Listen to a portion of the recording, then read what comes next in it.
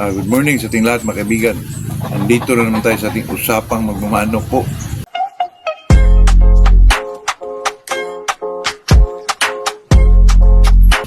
Bago tayo mag-umpisa mga kaibigan, shout out muna tayo kay Jazz Paliro, Oliver Cariña, Joel Gauson, Philip Gabisay. Ayun lang po, magandang umaga sa ating lahat mga kaibigan. Ito namang kahapon mga kaibigan, yung pag-usapan natin na yun nagtungkol sa yung about sa yung binasang pagkain po, about maintenance.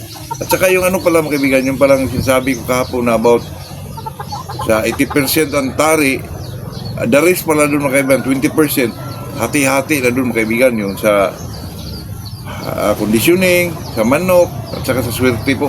Yun ang kay Sir Lansid Latore mga kaibigan. Kung sa atin po 50-50 po yun mga kaibigan.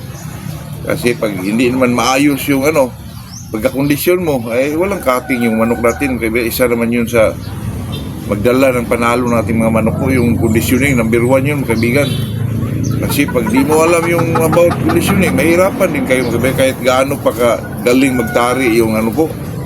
Yun ay sa atin lang din mga kaibigan, pero respeto natin yung kay Sir Lansid kasi yun legend na yun mga kaibigan ito naman pag-usapan natin ngayon na araw na ito. Napakainit po. Pag-usapan naman natin mga kaibigan kasi may nagtanong sa atin mga kaibigan na, boss, ano ba talaga yung benefits ng yung Dixos powder at saka wheat germ mga kaibigan. Ito kasing wheat germ mga kaibigan, Dixos powder, ito po itong dalawang to hindi talaga ito mawala sa mga tawag nilang conditioning mga kaibigan.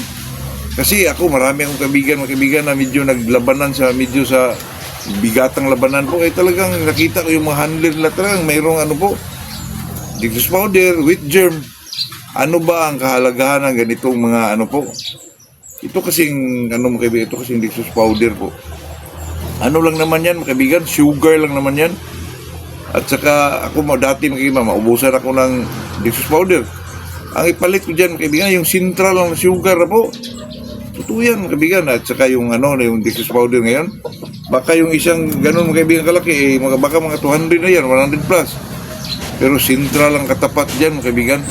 At saka yung wheat germ naman mga kaibigan, ang benepisyo naman dun ginagamit yung wheat germ mga kaibigan, lalo na pag medyo malamig yung panahon. Kasi pag yun ng manok, medyo magpalabas yun ng uwil lang sa ilalim ng katawan ng manok mga kaibigan na medyo nagpapainit na kailang katawan po. Yun po ang benepisyo dyan mga kaibigan. Ito namang Dixos powder mga kaibigan, ito wala lang naman mga kaibigan, energy lang yan kasi sugar yan Ang sugar naman pag medyo matunaw na yan sa ilalim ng ay medyo na yan mga kaibigan, makatulong niyan sa energy ng isang manok po. Yun lang mga kaibigan, yun lang ang pinaka dyan. Kasi itong dalawang to, kahit sana ko mga manood dati mga kaibigan, yung kaibigan ko mga mga handler, tarang di mawala yung Dixos powder at saka wheat germ mga kaibigan. Pero ang wheat germ naman mga kaibigan, yun talaga ang dyan, yung medyo uminit yung katawan ng isang manok. Kaya ilagay yan sa tuwing medyo malamig yung panahon mga kaibigan. Pero pwede naman yung mga kaibigan, yung lactamino po. Ako, napaka-effective yung lactamino mga kaibigan. Pwedeng i-drop mo yan, orally. Mga 3 drops lang. Pwede naman ihalo mo doon sa pagkain mga kaibigan. Kaya yung lactamino mga kaibigan, yan ang inihalo sa mga painuman ng sisiw mga kaibigan, yung ibang mga breeder po. Kasi lalo na pag medyo malamig yung panahon, yun ang gamitin na mga kaibigan, yung lactamino po. Yun ang kasi iba naman yung red cell. Ang red cell naman mga kaibigan, iba yun sa lactamino. Lactamino talaga ay magpainit talaga ng katawan ng isang sisiw po. Lalo na medyo malamig yung panahon mga kaibigan. Ako, napakaganda po yung lactamino mga kaibigan. Yung red cell naman, iba naman yung ng red cell. Siguro magpapainit din siguro kasi marami namang mga vitamina nakita ko doon. May niacin, pa yung mga nakalagay doon sa label mga kaibigan. Pero hindi talaga ako gumagamit ng yung red cell. Ang lactamino ginagamit ko mga kaibigan kasi napaka-effective po. Lalo na sa itong manok natin na pang mga warrior mga kaibigan. Ako, napakaganda po itong lactamino. Pwede namang magbigay ka mga kaibigan 1 week before the fight, lactamino po. I-dropper orally mga kaibigan. 3 drops lang everyday mga kaibigan, totoo yan. Pero 3 days before the fight, wala na po.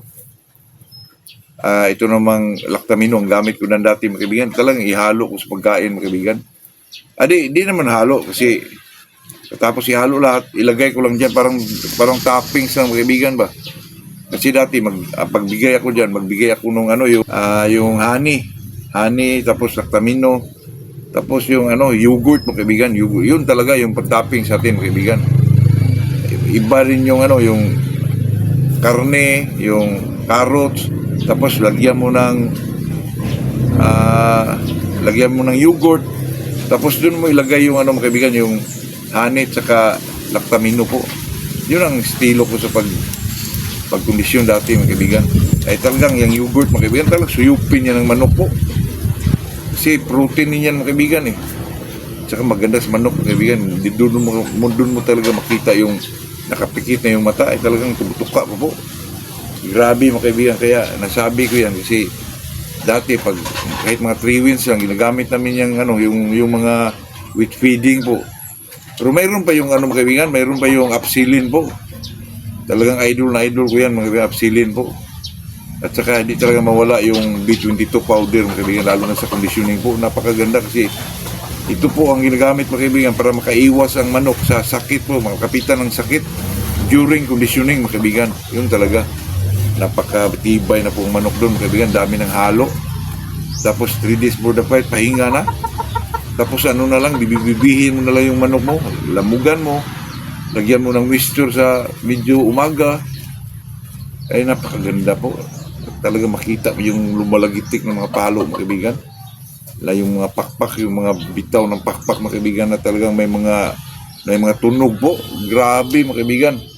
Ito nga magamit tayo ng mga Enerbone, yung mga B12, yung pakpak mga kaibigan, grabe talaga kung parang may mga tunog mga kaibigan na lumalagitik talaga yung mga palo po. Kasi yung mag-handling tayo ng manok mga depende kasi yan sa handler po.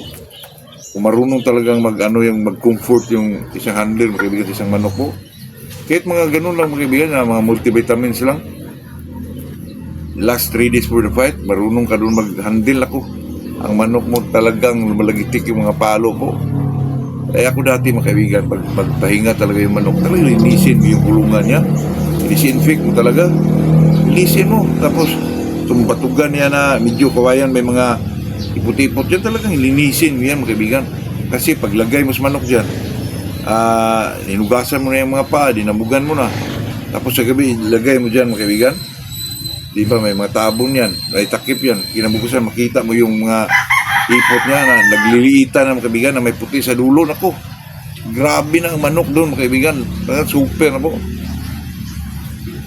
Yung sinasabi ko dati mga kaibigan, kasi may nagtanong, boss, pakita mo na yung yung hidnacking. Kasi di pa ako nakabili ng mga kaibigan, Enerbone po. Kaya pakita ko yan kasi may mga stag na tayo eh. Pakita ko yung hidnacking mga kaibigan. Kasi nakita yun sa hindi na natin yun ibanggit mga kaibigan kasi iba rin kasi yung sa atin tayo mga kaibigan kasi yung hidnacking naman makita mo yan sa medyo kondisyon na manok po. Yun lang po mga kaibigan binitaw ko kahapon yung hindi ko lang nakuha na ng video mga kaibigan yung 5 kit saka Shilton. Medyo malaking manok lang yung Shilton, medyo matataas lang kaya hindi nakatama yung 5K mga kaibigan. Grabe yung Shilton mga kaibigan, may ilag lang ng kunti po tapos bumato ng palo mga kaibigan. Saka malaki kasing manok po kaya walang match yung 5K mga kaibigan. Yung 5K medyo maliit lang eh. Malaking manok din pero medyo siya eh. Yung Shilton iba pag lumilipad mga kaibigan, bumato ng palo sa taas eh.